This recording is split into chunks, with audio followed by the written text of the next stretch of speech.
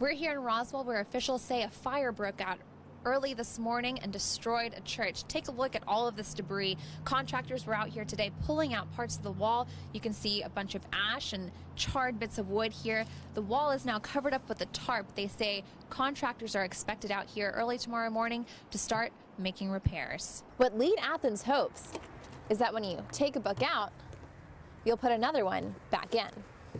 Motor vehicle accidents are the leading cause of death in Americans aged 15 to 20. The school recreates these situations so that when the time comes, drivers are ready to react. This is what they say happened. The grandmother of 5 was walking down this stretch of Memorial Highway when an SUV traveling down the center lane, the tire came loose, bounced across the road, hit the curb, went airborne and hit her in the back. She later died at the hospital. Police say it took so long to identify her because she wasn't carrying ID. Hello, I'm Jessica Sooknanan. This video of a near miss is a strong reminder to drivers to be careful on icy roads.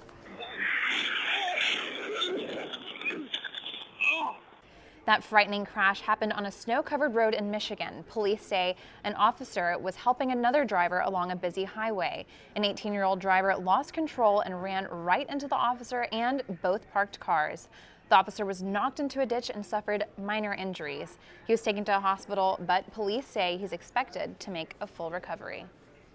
We just wrapped up an interview with a victim who was robbed at this racetrack on Marietta Boulevard. She says it all happened so fast it took just about 10 seconds. What are you doing? What are you doing? What are you doing? That's what Jane Cranshaw kept asking a man who snatched her purse at this racetrack about a week and a half ago. She was pumping gas and says when she turned around, the man was reaching into her car.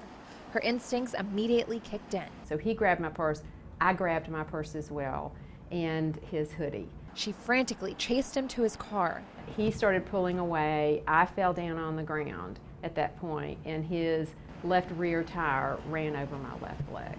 And I went to the emergency room, and they x-rayed my leg, nothing broken, but just huge, it's called a crush injury, just lots of swelling and redness. We covered a very similar story to this in 2013 at the same gas station where a woman was filling up air in her tire when she says a man jumped into her car and stole it with her 4-year-old child still inside.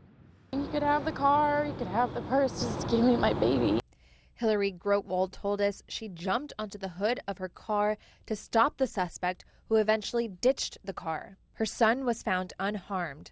Cranshaw told us she wants people to learn from her terrifying experience. So people could be a little bit more careful, so it would prevent that. Reporting from Northwest Atlanta, Jessica Sooknanan, Channel 2 Action News. We just left the Senate chambers where senators just passed a bill granting immunity to people who break into cars to rescue small children and elderly people who are inside and can't get out. We spoke to the senator who explained to us why he felt the need to write this bill. On the passage of the bill, the yeas are 50 and the nays are 2, and this bill absolutely represents the constitutional majority. Is therefore adopted. And with that, Senate Bill 34 passes the Senate. What this bill does is it relieves any thought or concern that a person might have that they see a child or even an elderly person in distress. Senator Kirk of Americus is the bill's primary sponsor. He shared a story about 6-year-old Sydney Stanley of Augusta. He says she went looking for something in her family's car on a hot summer day in 2010. And unfortunately, sometime later, she was found in the vehicle. They tried to resuscitate her, and they were not able. Kirk's bill also comes after the death of 22-month-old Cooper Harris, who died in a hot car in Cobb County last summer. Police charged the boy's father, Justin Ross Harris, with murder. Kirk says children like Cooper Harris and Sydney Stanley are why he decided to craft the bill. So when I looked into it, I realized we had 37 children a year that were dying from this across the country. In order to qualify for immunity to not get sued, you first need to make sure that the person inside is in imminent danger. Then you need to check all the doors to make sure they're locked. You can break the car window, then call police and wait for them to arrive. Once the bill passes a House committee and House floor, it will go to Governor Deal before it becomes state law. Reporting from the state capitol, Jessica Sooknanan, Channel 2 Action News. Most kids these days take to Twitter or other social media outlets to speak their mind, but 10-year-old Savannah Solis took the time to handwrite hundreds of thank you cards to men and women she's never even met.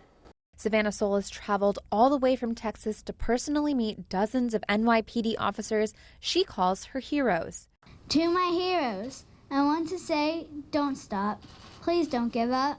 Many do not care or appreciate the sacrifices you make every day, but I do. Back in September, Savannah was so heartbroken over the fatal shooting of detectives Wen-Jen Liu and Rafael Ramos that she started to make greeting cards filled with well wishes and thank yous.